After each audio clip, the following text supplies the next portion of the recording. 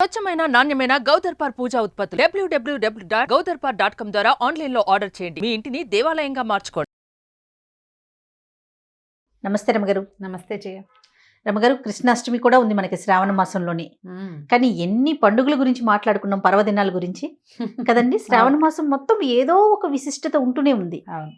So అందులో భాగంగా మనం కృష్ణాష్టమి, కృష్ణ పూజ, శ్రావణ బహుళాష్టమి, గోకులాష్టమి, అర్ధరాత్రి పుట్టాడు కృష్ణ పరమాత్మ. కృష్ణుడు పూజ చేసుకోవటం, ఎవరికి ఎంత శక్తి ఉంటే అంత చిన్న పూజ. కృష్ణాష్టకం చదువుకుని కృష్ణుడికి ఏదైనా, మనకి అబ్బాయి అవేవి లేవు, మన దగ్గర అటుకులు బెల్లం ఉంటే పెట్టుకోవచ్చు నైవేద్యం. అంతే.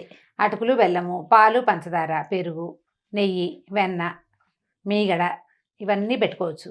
ఇంకా నువ్వు చెయ్యి పాలకాయలు, కజ్జికాయలు, ఆకాయలు, ఈకాయలు, కాయపొడి ఏవి కావాలంటే అవి ఏవి పెట్టినా సరే. ఏవి పెట్టలేవు నువ్వు, పుట్టు ఒక గ్లాస్ పాలు పెట్టు, మనస్ఫూర్తిగా దండం పెట్టుకో, చక్కగా పూజ చేసుకుని రంగబల్లులు తీర్చి ఇల్లంతా కృష్ణపాదాలు వేసి బియ్యం పిండిలో చేయి ముంచి ఇలా వేయటం.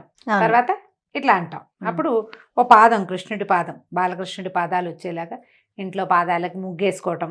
ఇట్లా ఇట్లా గల్లుగల్లుగా ముగ్గేస్తారు. ముగ్గేసుకుని కృష్ణుడు లోపలికి వచ్చేలాంటి ఏర్పాటు చేసి ఆయనే నడిచొస్తాడని భావించి చక్కగా బోల్డ్ అన్ని చెప్పన్ భోగ్ సమర్పించటం.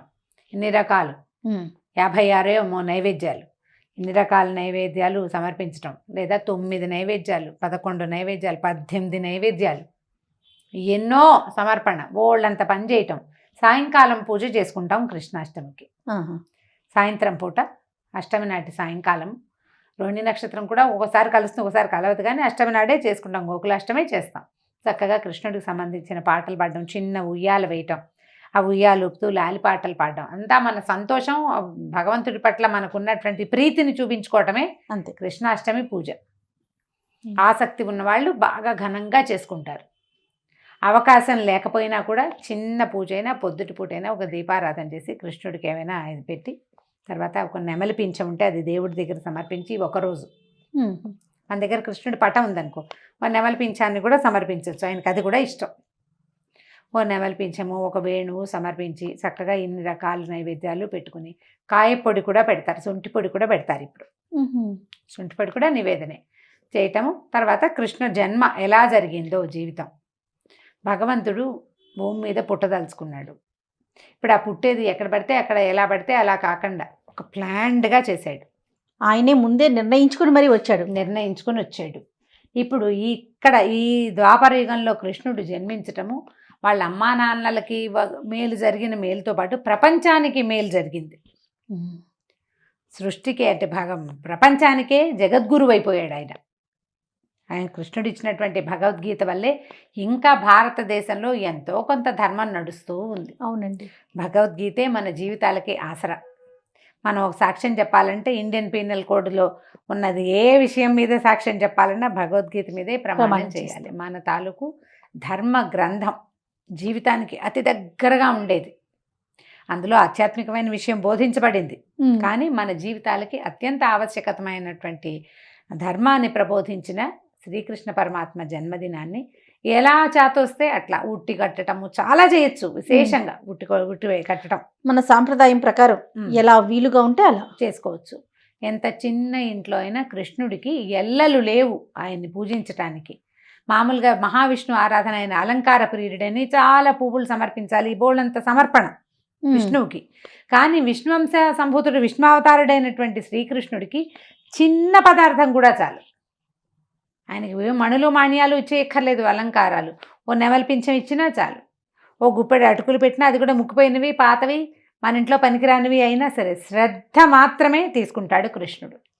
నీకు ఆయన పట్ల ఎంత ప్రీతి ఉంది, ఎంత భగవంతుడి మీద నీ ధ్యాస ఉందో, ఆ ఒక్క ధ్యాసే నువ్వు ఇచ్చే ప్రసాదం స్వామికి. నువ్వు ఒక భగవంతుడి మీద ధ్యాస ఉంటే నువ్వు తప్పులు చెయ్యవు. చూడు, ధర్మ ప్రవర్తన ఉంటుంది. భగవంతుడి మీద ప్రీతి ఉన్నవాడి, భయం ఉన్నవాడి పరిస్థితి వేరు. ఇక్కడ మనకు కావాల్సింది భయం కాదు, భక్తి, ప్రీతి, అవ్యాజమైన అనురాగం భగవంతుడి మీద. అతడి వల్లే మనం ఇలా ఉన్నామన్న ఒక ధ్యాస, మనలాంటిదే ప్రపంచమంతా అనే ఒక ఆలోచన. నువ్వు నేను కూడా ఒకలాగానే పుట్టాం, రూపాలు వేరు, మనం అంతా ఒక దాంట్లో నుంచే వచ్చాం. మనం భగవద్గీత కనుక స్పష్టంగా చదువుకుంటే, దాని అర్థం తెలుసుకుంటే ప్రపంచంలో అందరూ ఒకటేలాగా కనిపిస్తారు. అది అర్థమయ్యేలాగా చెప్పాడు కృష్ణుడు. అంచేత ఈ రోజున చక్కగా కృష్ణాష్టమి పర్వదినాన కృష్ణుడిని తలుచుకుంటూ చక్కటి పూజా విధానంతో షోడశోపచారాలు చేసి ఎన్ని రకాల ప్రసాదాలు నైవేద్యాలు పెట్టుకుని పిల్లల్ని కేకలేయకుండా, ఇతరులను నిందించకుండా, మనం ఎప్పుడు చెప్పుకునేటట్టుగానే పోట్లాడుకోకుండా, పర్వదినాల్లో పోట్లాడుకోవడం మానేసినా శ్రావణ మాసం అంతా మనకు అలవాటైపోతుంది. అంతే. పోట్లాడుకోకుండా ఉండాలి. చూడు, శ్రావణ సోమవారాలు, శ్రావణ మంగళవారాలు, బుధ గురు ఖాళీ, మళ్ళీ శుక్రవారం, మళ్ళీ శ్రావణ శనివారాలు కదా. ఈసారి సప్తములు, భాను సప్తములు వచ్చినాయి. అంటే ఆదివారము సప్తమి నక్షత్రం వచ్చింది ఈ నెలలో రెండూను. కాబట్టి భాను సప్తమి సూర్యుడికి అత్యంత ప్రీతిపాత్రమైన దినం. కాబట్టి ఆ రోజు కూడా జాగ్రత్తగా ఉండాలి. మళ్ళీ సోమవారం వచ్చేస్తుంది. మధ్యలో మనకి ఎన్ని వచ్చినాయి? వరలక్ష్మి వ్రతం వచ్చింది. వరలక్ష్మి వ్రతం చాలా ఇంపార్టెంట్ కదా. అక్కడి నుంచి ఏమో రాఖీ పౌర్ణమి వచ్చింది, పొలాల అమావాస్య ఉంది. ఇది కాకుండా మధ్యలో కృష్ణాష్టమి వచ్చింది. కృష్ణుడి పుట్టినరోజు అంటే మామూలుగా మన ఇంట్లో పుట్టినరోజుకి మనం ఎన్ని జాగ్రత్తలు పడతాము? ముందు ఒక 4 రోజులు, వారం ముందు నుంచే ప్రిపరేషన్లు మొదలు. అవును. బట్టలు కొనాలి, డ్రెస్సులు కుట్టించాలి, కేక్ ఎక్కడో బుక్ చేయాలి, బిస్కెట్లు ఎక్కడి నుంచో తెచ్చుకోవాలి, ఎవరెవరికి పిలవాలి, ఎవరెవరిని ఏం చేయాలి, ఇవన్నీ ఆలోచిస్తాం. మరి కృష్ణుడి పుట్టినరోజుకి మాత్రం వద్దు అవన్నీ. ముందు దాంట్లో జాగ్రత్తగా మీరు ఏం చేయాలి? మొదట పోట్లాడుకోవడం, తిట్టడం మానేయాలి. అవే జాగ్రత్తలు. ఇది వహించి ఈ రోజున చక్కగా పూజ చేసుకోవటం.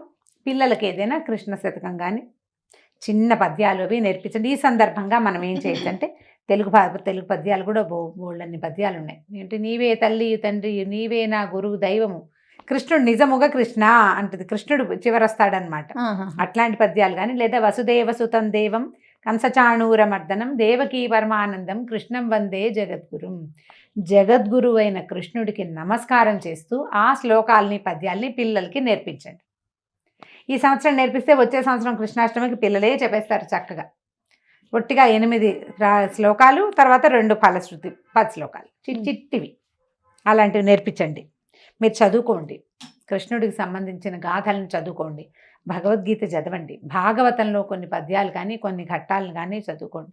కృష్ణుడు ఎలా జన్మించాడు, ఎట్లా ఆయన ప్రస్థానపు నడక, ఏ విధంగా ధర్మ సంస్థాపనకి ఎట్లా ప్రయత్నం చేశాడు, దానికోసం ఆయన ఎన్ని రకాలు చేశాడు, ఎన్ని రకాల ప్రయత్నాలు చేశాడు ధర్మాన్ని స్థాపించడానికి, ఎట్లా ధర్మం పక్కన నిలబడింది, ఆయన ఎట్లా నుంచున్నాడు, దాన్ని తలుచుకోండి. కృష్ణాష్టమి రోజున మనం చేయవలసింది అదే. మామూలుగా మన పిల్లలు పుట్టినరోజు నాడు మనం తలుచుకుంటూ ఉంటాం.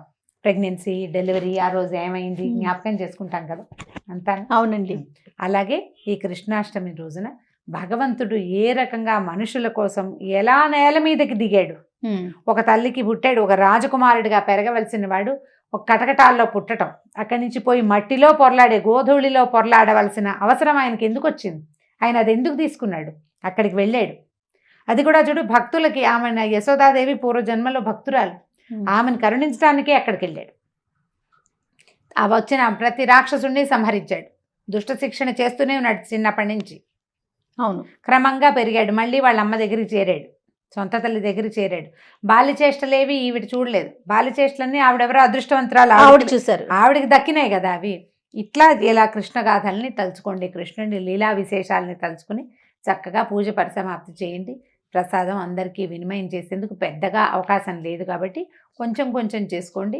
2 ప్రసాదాలు చేసుకున్నా సరే, చేయలేని స్థితి అలవాటు లేకపోతే ఒక్క గ్లాసెడ్ పాలల్లో కాస్త పటిక బెల్లం కానీ పంచదార బెల్లం కానీ వేసి నైవేద్యం పెట్టుకోండి. ఆరగింపు చేయటం, కృష్ణుని తలుచుకుని చక్కగా కృష్ణాష్టమి జన్మదినాన్ని, కృష్ణుని యొక్క జన్మదినాన్ని హ్యాపీగా హ్యాపీ బర్త్డేగా చేసుకెళ్ళిపోండి ముందుకి. రమగారు, ఈ సందర్భంగా కృష్ణుని యొక్క లీల ఒకటి మన ప్రేక్షకులకు అందిద్దామండి. దామోదర లీల చెప్దాం. అలానే కృష్ణుడు అల్లరివాడు చిన్నప్పటి నుంచి. ఏం చేసేవాడు? వాళ్ళ ఇంటికి వీళ్ళింటికి వెళ్ళిపోతుంటాం. వాళ్ళ ఇంట్లో వెన్న తినేయటం, వీళ్ళ ఇంట్లో పాలు తాగేయటం, వాళ్ళ దూడని పాలకి వదిలేయటం, తను వెన్న తినేసి ఆ వెన్న తీసుకెళ్ళి ఆ ఇంటి ఆవిడ కోడలు తాలు మూతికి పూసేసేయటము, పక్కపక్కన పడుకున్న వాళ్ళకి జళ్ళు ముడేసేయటము, కోతి పనులు, అంతా అల్లరి చేస్తూ ఉండేవాడు బాగా. అయితే వాళ్ళ అమ్మకి అందరూ వచ్చి చెప్తున్నారు ప్రతి వాళ్ళు, ఏమి పిల్లాడు ఇట్లా అల్లరి చేస్తున్నాడు, ఏం పిల్లాడమ్మా, మేము పళ్ళైపోతున్నాం మీ పిల్లాడితోటి, అసలు ఈ ఊళ్ళో ఇంచే వెళ్ళిపోతాం అని అసలు ఎంత బాగుంటాయి. ఓయమ్మ నీ చిన్ని కుమారుడు మా ఇంటను పాలు పెరుగు మన నీడమ్మా, ఇలాంటి పద్యాలు. మా ఇంట్లో పాలు పెరుగు బతకనిట్లేదు, పిల్లడు చచ్చిపోతున్నాం, ఇక్కడి నుంచి వెళ్ళిపోతామన్నారు అనేసరికి ఆవిడ విసుగు పుట్టింది. పిల్లాడు అల్లరి ఎక్కువైపోయిందని కేకలేసింది. సరే ఏమైంది, ఈవిడ మజ్జిగ చిలుక్కుంటాను. మజ్జిగ చిలుకుతుంటే పిల్లాడు గబగబా వచ్చాడు. ఇప్పటికి 4-5 ఏళ్ల వాడు, తల్లిపాలు తాగే అలవాటు ఉన్నది ఇంకా పోల. రా పాలిద్దు కానీ నాకు అని పిలిచాడు. పిలిచేసరికి వెన్న చిలుకుతున్నాను ఉండు అన్నది, వినలేదు. సరే ఒళ్ళో వేసుకుంది, ఆ వెన్న పక్కన పెట్టింది, ఒళ్ళో పెట్టుకుంది. ఇంతలో ఏమైంది, పొయ్యి మీద పాలు పెట్టింది, పాలు పొంగిపోతున్నాయని ఒళ్ళో ఉన్న పిల్లాడిని దింపేసింది. నిజానికి వీళ్ళకి పాలు అవసరం కాదు, మామూలుగా అన్నం తినేసే పిల్లవాడు.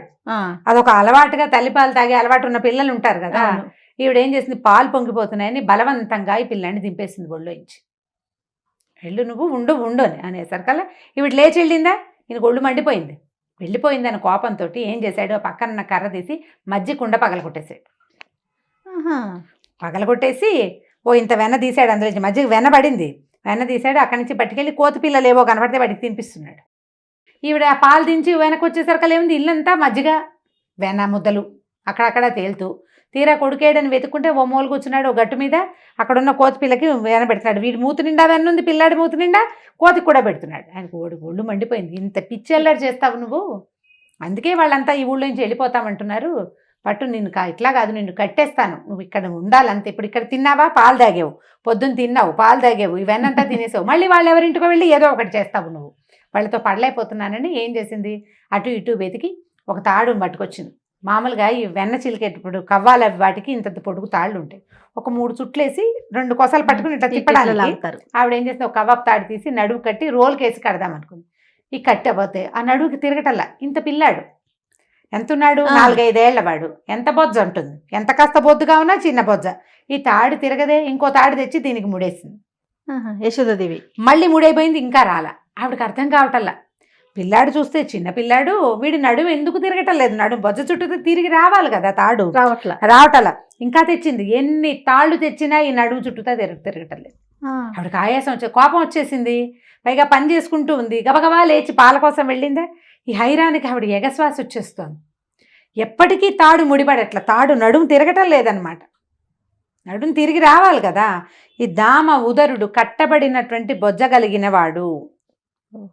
ఎంతసేపు ప్రయత్నించినా ఆవిడికి ఆయాసం వచ్చి విసిగిపోయిన తర్వాత అప్పుడు వదిలేశాడు. అమ్మ పాప అమ్మ బాధపడుతోందని ఊరుకున్నాడు. తాడు కట్టనిచ్చాడు. కట్టిన తర్వాత ఏం చేసింది, అక్కడ ఉన్న ఒక రోలు కట్టింది. కదలకుండా కూర్చో ఇక్కడ అని చెప్పి ఆవిడ పని చేసుకోవడానికి వెళ్ళిపోయింది. ఇది తోస్తుందా ఈయనకి, కాసేపు అటు ఇటు చూశాడు. ఆ పిల్ల కోతలు అక్కడ వెన్న తిన్నాయి, అవి వెళ్ళిపోయినాయి. వాటి కోసమని బయలుదేరాడు. అవి రోలు లాక్కుంటున్నాడు తనతో పాటు. రోల్ అంటే బరువైన వస్తువు, మరి చిన్నదిగా ఇంత ఉండదు, కింద పెద్ద మట్టం ఉండి పైకి రోలు ఉంటుంది. ఈ ఊపు ఈ బరువుకి ఆగటానికి కింద మట్టం పెద్దదిగా ఉంటుంది. అవును, అంత పెద్ద దాన్ని లాక్కెళ్ళిపోయాడు. ఆ లాక్కెళ్తూ ఏం చేశాడు, దూరంగా చెట్లు ఏవో ఉంటే ఆ చెట్ల మధ్యలో నుంచి లాగేశాడు. మద్ది చెట్లు ఉన్నాయి అక్కడ 2, చాలా పెద్దవి, పాతవి, ఎప్పటివో ఆ చెట్లు. ఆ చెట్ల మధ్యలోకి వెళ్ళి దూరేశాడు. పిల్లాడు ఎందుకు పాకుండా నడుచుకుంటూ లాక్కొని పోయాడు. మరీ పెద్దగా నడకరాని పిల్లవాడు కాదు, 4 ఏళ్ళు వచ్చినాయి కదా.